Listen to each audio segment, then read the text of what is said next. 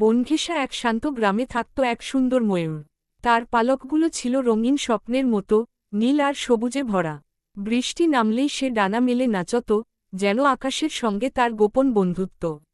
গ্রামের মানুষ দূর থেকে দাঁড়িয়ে সেই নাচ দেখত, কিন্তু ময়ূরের মনটা ছিল একটু অহংকারে ভরা।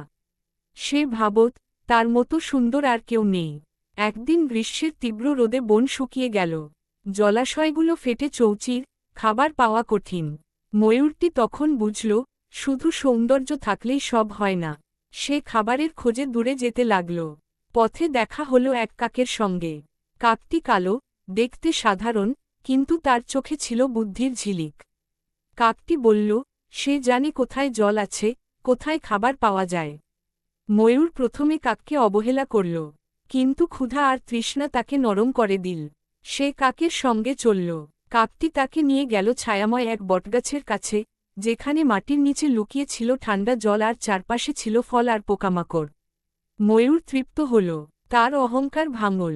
কিছুদিন পর বর্ষা নামল, আকাশ ভরে গেল মেঘে। ময়ূর আবার নাচল, কিন্তু এবার নাচের মধ্যে ছিল কৃতজ্ঞতা।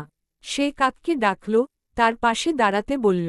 গ্রামবাসী দেখল, সৌন্দর্য আর বুদ্ধি একসঙ্গে থাকলে জীবন আরও সুন্দর হয়। সেদিন থেকে ময়ূর শিখল, নিজেকে বড় ভাবার চেয়ে অন্যের গুণকে সম্মান করা বেশি জরুরি। বৃষ্টি নামলেই সে নাচে, কিন্তু হৃদয় রাখে বিনয় আর বন্ধুত্বের।